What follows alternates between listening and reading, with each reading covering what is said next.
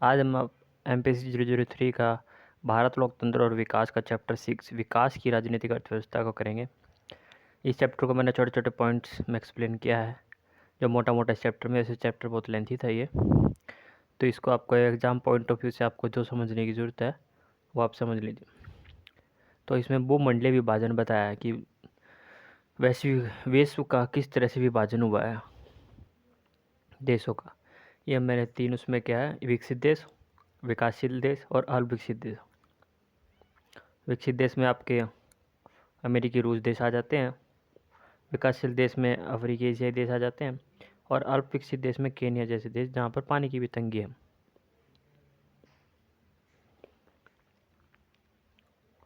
विकसित देशों में विश्व के 20% अमीर लोग निवास करते हैं। जो भी अमीर विकसित देश हैं उन पर 20% अमीर लोग निवास करते हैं, लेकिन ये लोग 80% संसाधनों का उपयोग कर रहे हैं। ये लोग अपनी ज़रूरतों में 80% संसाधनों का प्रयोग कर रहे हैं, जिससे कि विकासशील देशों को गरीब रहने की यह एक अहम वजह है। इनके संसाधनों का हस्तांतरण बड़ी मात्रा में विकसित देशों में ही हो रहा है। जो विकासशील देशों के संसाधन है उनका सारा का सारा दोहन वे विकसित देश ही यूज कर रहे हैं, तो ये गरीब ही रह रहे हैं अभी तक। ये कभी विकसित हो ही नहीं पा रहे हैं, क्योंकि कच्चा माल विकासशील देशों से मंगा ले रहे हैं और फिर वहाँ पर बनाकर इन्हीं को बेच रहे हैं। तो वे विकसित हो रहे हैं, ये विकासशील रहेगा, अल्प विकसित होते जा रहे हैं। अल्प विकसित तथा विकासशील देशों में अधिक गरीबी पाई जाती है। भारत देश में दरिद्रता यानी गरीबी का क्या कारण है? भारत में एक समाजवादी अर्थव्यवस्था का अंत हुआ, यानी समाजवादी व्यवस्था जो कि पहले चलती आ रही थी आज़ादी से पहले, कि हमें पूंजीवादी व्यवस्थाओं को ख़त्म करना है और समाजवादी अर्थव्यवस्था को शुरू करना है। तो उसका अंत हुआ और बाजार व्यवस्था को चुना गया, बाजार अर्थव्यवस्था को चुना गया, इसमें कि हम दोबारा से पूंजीवादी अर्थव्यवस्था की तरफ से अग्रसर हुए, कि हमें इससे ही हमारा विकास जल्दी हो सकता है। क्योंकि उस समय हमारे देश में 1980 के आसपास हमारे देश में आर्थिक तंगी आ गई थी और मुद्रास्फीति की दर बहुत ज़्यादा गिर गई थी और हमारे यहाँ पर बहुत संकट था और बहुत ज़्यादा हमें ऋण लेना पड़ा था IMF और वर्ल्ड बैंक से, जिसे हम अपना एक न्यूनतम विकास भी कर सकें।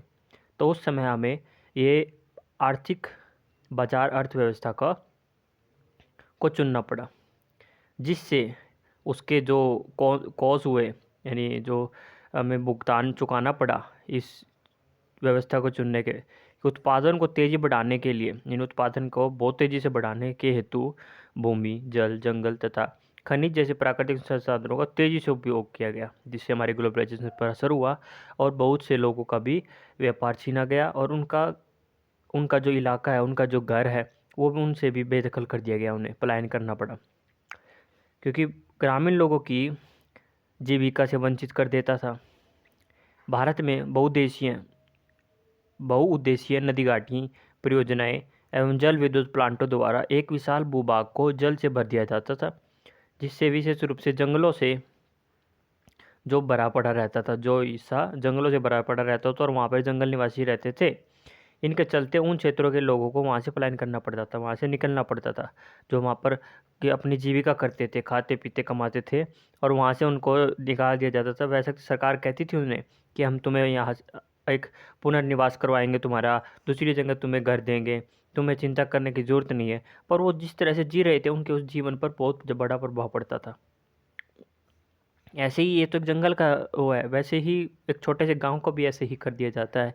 अब वहाँ पर एक प्लांट लगाने के उसमें, कि हम यहाँ पर प्लांट लगाएंगे, यहाँ पर बड़ी बिल्डिंगें बननी चाहिए, तो वहाँ पे उन लोगों से ज़मीन को झूठे बका के छीन ली जाती थी उनकी ज़मीनें। तो विस्थापित लोगों को के सामने न केवल जीविका बल्कि उनका सामाजिक, आर्थिक और धार्मिक तथा रीति रिवाज का संपूर्ण स्वरूप बदल जाता था जब वे प्लान करते थे। पुनर्वास करना कभी भी संतोषजनक नहीं रहा, यानी कभी भी खुशी नहीं रहा है। अगर एक घर से दूसरी घर कोई जाएगा दूसरी जगह रहने, तो उसकी जो यादें जुड़ी थी पुराने घर से, जो भी वो वहाँ पे एक इस तरह से स्टैब्लिश था, तो दूसरी जगह वो बिल्कुल भी संतोषजनक नहीं रहेगा, यानी खुश नहीं रह पाएगा। भारत में आज़ादी के बाद इन 57 में यानी भारत की आज़ादी के बाद 57% यानी 57 सालों के अंदर अंदर ऐसी दर्जनों परियोजनाएं देखी गई, जिसके बाद वहाँ के मूल निवासी जो निवासी थे मूल निवासी, वो हर तरह से क्षति उठानी पड़ी थी उनको, और लोग गरीबी दरिद्रता की मार झेलते रहे। सही विकास सही विकास वही है होगा जिसमें हर नागरिक को विकास का लाभ भोगने का उचित और पर्याप्त अवसर मिले। ये विकास की परिभाषा दी गई है इसी। तो अंतर्राष्ट्रीय पूंजी प्रवाह, जो अंतर्राष्ट्रीय का में पूंजी है यानी धन है, उसका प्रवाह किस तरह से फैला हुआ, विश्व बैंक किस तरह से अहम भूमिका निभाता है, और IMF किस तरह से। तो विश्व स्तर पर विश्व बैंक अपनी मुख्य सहयोगी यानी सदस्य उसके होते हैं, जो सदस्यों के साथ मिलकर जो संस्थान विश्व स्तर पर विश्व बैंक अपनी मुख्य सहयोगी संस्थाओं के साथ मिलकर, जैसे कि IMF, अत्यधिक आकर्षक कार्य में लगा हुआ है, यानी बहुत से कार्यों में लगा हुआ है, जिसे हम आर्थिक शब्दों में कहें तो विकास वित्त पोषण, यानी विकसित देशों का विकास करने में उनका पोषण करना धन दे के नाम से भी जानते हैं।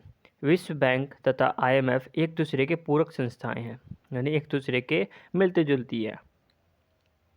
तो विश्व बैंक अपने सदस्य देशों को, जो उसके सदस्य देश हैं, जो हैं कुल 189 देश, जो उसमें अभी तक शामिल हैं, जो वर्तमान में अभी तक शामिल हैं, जिनके आर्थिक पुनर्निर्माण यानी उनके दोबारा आर्थिक स्थिति को पुनर्निर्माण करने के लिए, दोबारा से निर्माण करने के लिए, यानी जैसे कोई युद्ध से ग्रस्त देश है तो उसका दोबारा से पुनर्निर्माण करने के लिए एवं विकास हेतु उन्हें दीर्घकालीन लंबे समय के लिए पूंजी देता है।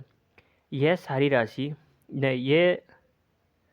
ये सारे जो हैं निम्नलिखित उद्देश्यों से, ये जो ये राशि है निम्नलिखित उद्देश्यों की पूर्ति हेतु दी जाती है। ये उद्देश्य ये इसके 7 उद्देश्य हैं, ये पढ़ देता हूँ मैं। जैसे कि युद्ध ग्रसित यानी जो युद्ध से प्रभावित है, उसकी अर्थव्यवस्था को पुनर्निर्माण हेतु शांतिकालीन आवश्यकताओं के अनुरूप उत्पादन शक्तियों को पुनर्वित्त उपलब्ध कराना, यानी जो शांतिपूर्वक काम कर रहे हैं देश और अच्छा काम कर रहे हैं उनके विकास के लिए उन्हें वित्त उपलब्ध कराना।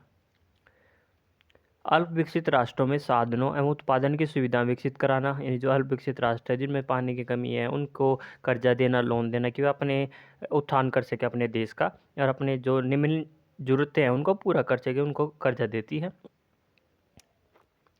तो भुगतान संतुलन की समस्या एवं अंतर्राष्ट्रीय व्यापार के संतुलित विकास होते हैं, यानी जो भुगतान देना होता है तो बहुत ही देशों का भुगतान माफ़ भी करता है ऋण, और जिससे कि संतुलन बना रहे, बैलेंस बना रहे, कोशिश रहती है बैंक की, पर ये अच्छे कितना ही कर ले पर कोई ना कोई देश इतना कर्ज में डूब जाता है कि वो देश अब वर्ल्ड बैंक का ही होकर रह जाता है, उसकी शर्तें उसको माननी पड़ती है हर दिशा। तो जो निजी ऋण है, जो किसी के पर्सनल ऋण हैं एवं पूंजी निवेश के लिए गारंटी प्रदान करता है,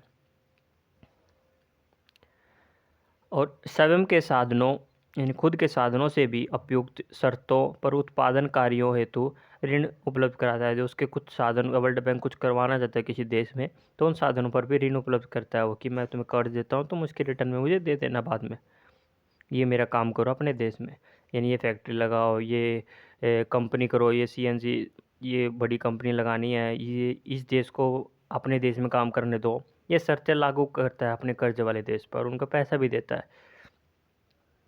लघु एवं वृहत इकाइयों तथा आवश्यक परियोजनाओं के कार्यान्वयन हेतु ऋण प्रदान करना भी इसकी एक, और गारंटी देना भी इसका एक कार्य है। अब विश्व बैंक और IMF के में अंतर देख लेते हैं। विश्व बैंक केवल विकासशील देशों को ऋण देता है, और IMF जिसमें 190 देश हैं वे निर्धन राष्ट्रों के साथ साथ, यानी जो विकासशील देश उनके साथ साथ ही धनी देशों को भी ऋण देता है। IMF की फुल फॉर्म है इंटरनेशनल मॉनेटरी फंड। अब लास्ट पॉइंट देख लेते हैं इस चैप्टर का, जो मेन है विश्व अर्थव्यवस्था में LPG पैकेज की भूमिका। LPG यानी LPG की फुल फॉर्म देखते हैं। तो L का मतलब है लिबरेशन, जो L स्टैंड करता है लिबरलाइजेशन यानी उदारीकरण, P प्राइवेटाइजेशन यानी निजीकरण, G ग्लोबलाइजेशन यानी भूमंडलीकरण। तो इसको देख लेते हैं। भारत सरकार ने 1991 यानी 1991 में नए आर्थिक सुधारों की घोषणा की थी, जिसे नई आर्थिक नीति यानी न्यू इकोनॉमिक पॉलिसी या आमतौर पर एलपीजी सुधार के नाम से भी जाना जाता है।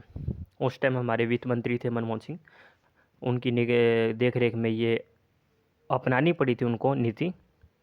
1980 के दशक में भारत में आर्थिक संकट पैदा हुआ। सरकार का जो खर्च है उसके राजस्व से इतना अधिक हो गया कि ऋण के द्वारा ही उसको वह चुकाना पड़ा, यानी से उसकी क्षमता नहीं रही राज्य चलाने, अपने देश चलाने के लिए, तो उसे ऋण लेना पड़ा। क्षमता से कहीं अधिक हो देश में मुद्रास्फीति भी बढ़ गई, यानी रुपये की दर बहुत गिर गई। तो इसलिए 23 जून 1991 नई आर्थिक नीति को लागू किया गया, जो कि एलपीजी है। उदारीकरण में नियंत्रणों, यानी जो सरकार का नियंत्रण रहता है हर एक पॉइंट पे, और विभिन्न तरह के जो पाबंदी होती हैं सरकार की, उनको ढील दिया जाता है उदारीकरण में, यानी मुक्त व्यापार करने की वो दी जाती है उदारीकरण में। और नीतियों का पालन इसमें, और निजीकरण में भी प्राइवेट जो कंपनी होती हैं उनको कोई उन पर कठोरता बरती नहीं जाती, अफसरों का दखलंदाजी नहीं होती, और जो प्रक्रिया एसओपीस होती है, स्टैंडर्ड ऑपरेशन प्रोसीजर करना होता है, उसमें भी ढील दी गई। और वैश्वीकरण का सामान्य अर्थ संपूर्ण दुनिया को एक गांव के तरह देखना, यानी वैश्वीकरण तो सभी को ऐसा चाहता था कि वैश्वीकरण के सभी दरवाजे खुल जाएं बाजार करने के लिए, कोई टैक्स नहीं हो एक देश का दूसरे देश में व्यापार करने से। तो इसीलिए वैश्वीकरण का मुख्य उद्देश्य है कि सभी को ऐसा लगे कि हम बिल्कुल नज़दीक है, हमें कोई दिक्कत ही नहीं हो रही दूसरे से व्यापार करने में। ऐसा वैश्वीकरण का एक था, जिससे भी इसके जो प्रभाव थे वो बहुत बुरे भी हुए और बहुत अच्छे भी हुए। जो अमीर थे वो अमीर हो गए, जो गरीब थे वो बहुत ही गरीब होते चले गए, और जिनको बहुतों को घर छोड़ना पड़ा, क्योंकि वैश्वीकरण जैसे ही आया तो व्यापार बहुत तेज़ी से बढ़ा था। तो इस चैप्टर में इतना ही है, इस चैप्टर को हम यहीं ख़त्म करते हैं। आपको चैप्टर की एक्सप्लेनेशन ठीक लगी हो तो लाइक कर देना, शेयर कर देना, सब्सक्राइब कर देना, और इसकी पीडीएफ आपको मेरे टेलीग्राम चैनल पे मिल जाएगी, जो कि डिस्क्रिप्शन में आपको उसका लिंक मिल जाएगा। आपने मेरा चैनल सब्सक्राइब नहीं किया तो सब्सक्राइब प्लीज़ कर दीजिए। धन्यवाद।